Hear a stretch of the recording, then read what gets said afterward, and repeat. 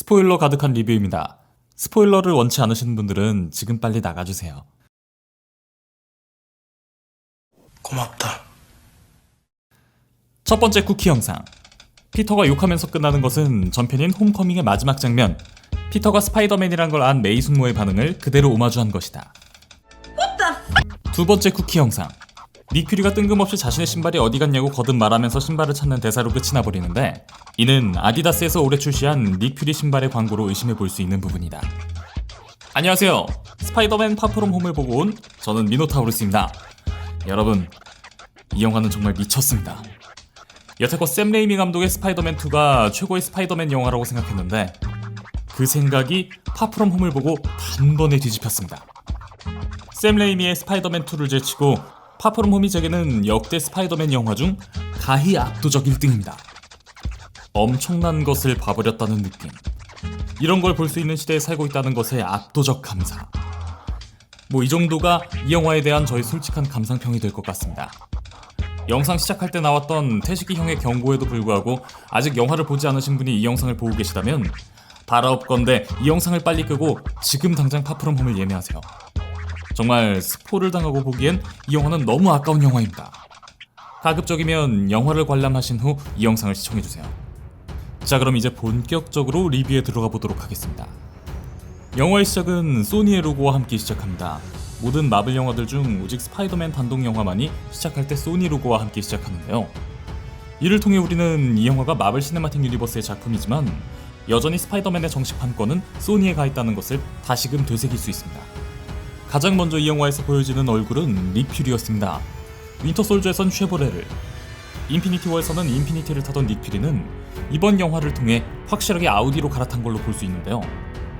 엔드게임을 통해 상당히 공격적인 PPL을 선보인 아우디가 이번 영화에서도 돈을 꽤 쓴 걸로 보입니다.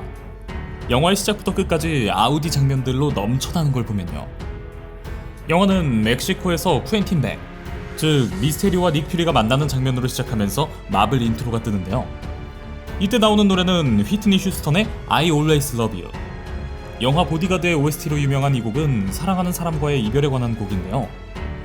떠나가는 연인에게 영원히 사랑한다고 말하는 이 노래가 이제는 만날 수 없는 어벤져스 멤버들을 추모하는 곡으로도 꽤나 적절했던 것 같습니다.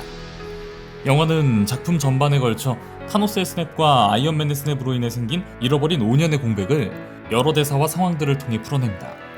사람들이 갑자기 사라졌다가 5년 뒤에 다시 나타나게 된 이 현상을 블립이라고 부르게 되었는데요.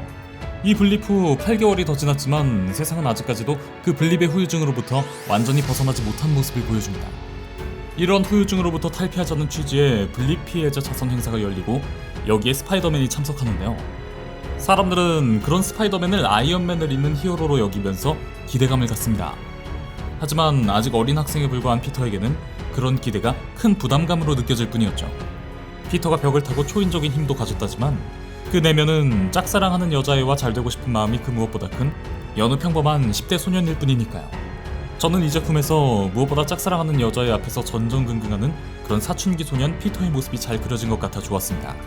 피터는 유럽 수학여행에서 MJ에게 검은색 달리아 꽃 디자인 보석을 선물하여 자신의 마음을 고백하려 하는데요. 달리아 꽃은 우아함과 내적인 힘을 상징합니다.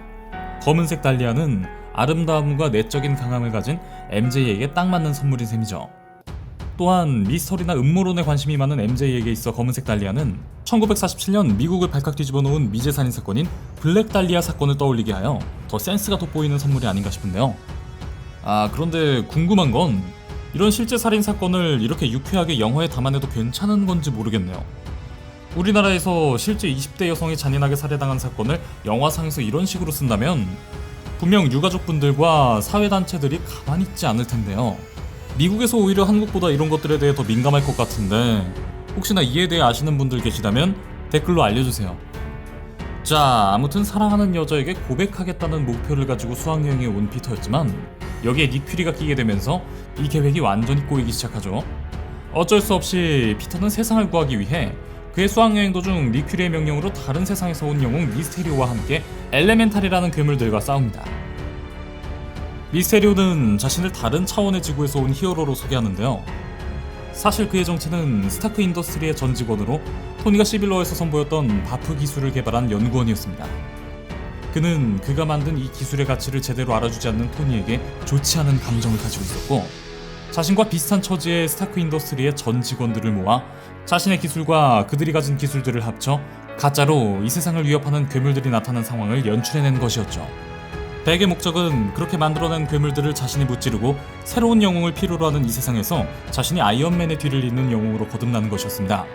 그 계획을 완성하기 위해선 토니가 피터에게 남긴 유산, 이디스가 필요했죠. 백은 자신에 대한 기대감을 부담스러워하는 어린 피터를 격려해줍니다.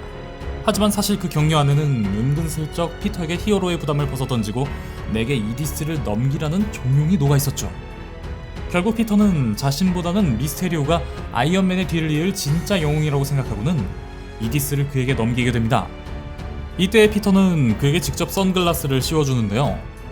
이전까진 몰랐는데 선글라스를 쓴 백의 스타일이 토니의 스타일과 상당히 유사합니다. 피터의 친구들이 미스테리오를 보고 아이언맨과 토르가 합체한 것 같다고 나오기도 하죠. He's like Iron Man and Thor rolled into one. 엔딩 크레딧 장면을 보다 보면 백이 미스테리오를 구상할 때 직접 쓴 아이디어 노트 같은 것이 지나가는데, 이때 토르의 의상에 빨간 펜으로 동그라미 친 부분이 있습니다.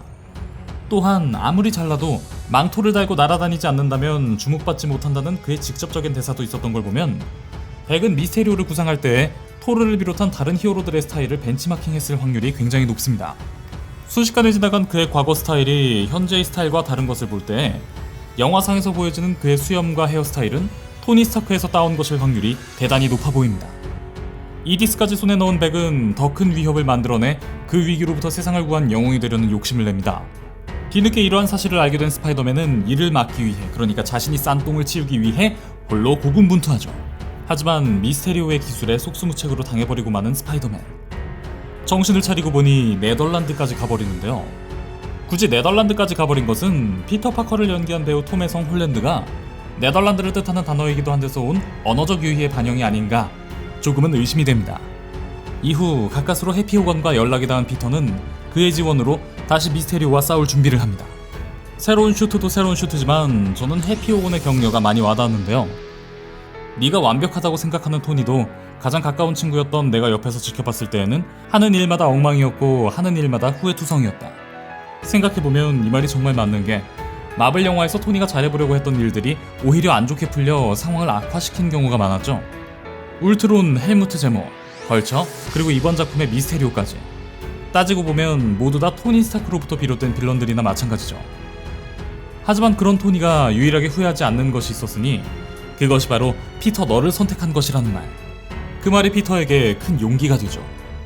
이에 피터는 수트를 만들기 시작하고 해피호건은 음악을 틀어주는데, You take care of the suit. I'll take care of the music. 이때의 음악이 AC/DC의 Back in Black입니다. 이 곡은 토니 스타크가 아이언맨 1에서 동굴로 잡혀가 최초의 아이언맨 슈트를 만들게 되는 상황 직전에 나오는 음악이었죠. 피터가 최초로 자신의 슈트를 만드는 장면에서 이 음악이 깔린다는 건 정말 의미가 있다고 생각합니다.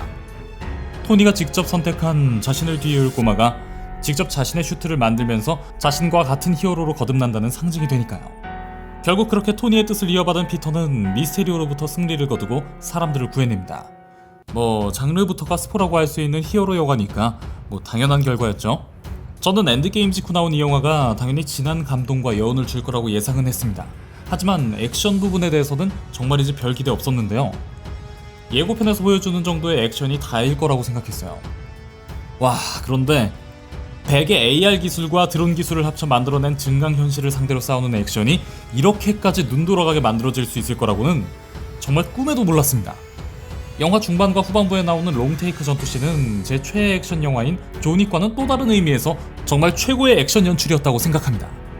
미스테리오와의 첫 대결에서는 진짜 피터가 느낄 절망감에 저 또한 함께 떨었습니다. 원작 코믹스의 마블 좀비스 오마주로도 보여지는 좀비 아이언맨은 피터의 멘탈을 완전히 갈아버렸을 겁니다. 그리고 쿠키 영상이 담고 있는 메시지도 저는 꽤 묵직했다고 생각합니다. 쿠키는 뉴스에서 미스테리오가 사망하면서 스파이더맨이 자신을 죽이려 하고 그의 정체는 피터 파커다라고 말하는 영상이 나오면 끝이 납니다. 실제로 그런 일이 없었는데도 말이죠. 아마 다음 편에서는 이로 인해 피터가 큰 공경에 빠질 것 같습니다. 백은 죽기 직전 피터에게 이런 말을 했는데요. 사람들은 믿을 게 필요하다. 지금이라면 뭐든 믿을 거다. 저는 이 말 뜻을 이렇게 생각합니다. 사람들에게 어떠한 일이 진실이든 진실이 아니든 그것은 사실 별로 중요하지 않다고. 사람들은 단지 보고 싶은 것을 보고 또 믿고 싶은 것을 믿을 뿐이라고. 그리고 약간의 기술과 노력, 그리고 언론의 도움만 있다면 없던 일도 얼마든지 만들어낼 수 있다고. 우리는 현실의 많은 사례들을 통해 이것이 단지 영화 속의 일만은 아니라는 것을 잘 알고 있습니다. 파프롬 홈은 그저 재미있는 한 편의 오락 영화를 넘어서 이러한 사회적인 메시지까지 쿠키 영상에 담아냈습니다. 살인자의 누명을 쓰고 온 세상의 정체가 밝혀진 스파이더맨은 도망자 신세가 되겠죠. MCU의 스파이더맨 시리즈의 부제에는 지금까지 항상 홈이 들어갔는데요. 아마 떠돌아다니는 신세가 된 스파이더맨의 처지를 나타내는 다음 편의 부제는 홈리스가 되지 않을까 싶네요. 계약상 3편을 마지막으로 MCU에서 놔줘야 할 스파이더맨이기에 다시 집을 잃게 되는 스파이더맨의 상황에서 홈이 들어가는 표현 중 홈리스가 가장 적합한 부제가 되지 않을까요? 마블과의 계약상의 문제로 톰 홀랜드가 소니로 가서 스파이더맨으로 출연하는 것도 애매해지기 때문에 차라리 지금 MCU의 스파이더맨이 소니의 애니메이션인 스파이더 유니버스 세계로 가게 되지 않을까 조심스레 예상해봅니다. 그리고 두 번째 쿠키 영상에서 닉 퓨리로 변했던 스크럴 탈로스가 닉 퓨리에게 이런 말을 하죠. 사람들이 어벤져스는 어디 있냐고 물어보는데 뭐라 대답해줘야 할지 모르겠다고. 그 말을 듣고 있는 닉 퓨리는 우주에 있는 걸로 나오는데요. 저는 아마도 앞으로 개봉할 캡틴 마블 2나 기타 다른 작품의 타임라인이 스파이더맨 파프롬 홈과 겹쳐 닉 퓨리가 그 작품에서 중요한 문제를 해결하기 위해 다른 히어로들과 우주에 가 있는 게 아닌가 싶습니다. 하필 그런 상황에서 예상치 못한 엘레멘탈 사태가 터져 이를 울며 겨자 먹기로 어린 피터 파커로 막아보려 했던 내용이 바로 파프롬 홈인 것이고요. 그럼 닉 퓨리가 히어로들과 우주로 가서 하는 일이 무엇일까 생각해보면 저는 아마도 타노스의 핑거 스냅으로 인해 차원이 찢어진 것을 수습하기 위한 것이 아닌가 싶습니다. 그러니까 미스테리오가 다른 지구에서 넘어왔다는 그 자체는 거짓이지만 파프롬 홈에서 닉 퓨리로 변신한 탈로스가 했던 말, 타노스의 스냅으로 차원이 찢어진 일은 사실이고 이로 인해 발생한 어떤 위험을 막기 위해 닉 퓨리와 히어로들이 우주로 향한 것이 아닐까 예상해봅니다. 백의 설정은 다른 세계에서 온 히어로라는 다소 난데없는 컨셉일 뿐이었는데 정말로 타노스의 스냅으로 차원이 찢어지는 일이 발생한 상황이었기에 탈로스도 백의 말을 믿게 되었겠죠. 백 역시 생각지도 못했는데 제대로 얻어걸려서 손쉽게 닉 퓨리로 변신한 탈로스를 속일 수 있었을 겁니다. 제 주변에서는 파프롬 홈이 엔드게임보다도 더 재밌는 영화였다라는 반응이 꽤 있습니다. 저는 개인적으로 엔드게임이 더 좋았지만 파프롬 홈 역시 그에 못지않은 훌륭한 영화라고 생각합니다. 이런 영화를 볼 수 있다는 것 자체가 정말 행복하네요. 영화 정말 잘 봤습니다. 저뿐만 아니라 이 영화를 본 대부분의 관객들이 마찬가지일 거라고 생각해요. 오늘 개봉한 스파이더맨 파프롬 홈, 많은 분들이 이 영화를 보고 저와 같은 행복을 느끼셨으면 하는 바람을 가져보면서 리뷰 여기서 마치겠습니다. 지금까지 미노타우루스였습니다.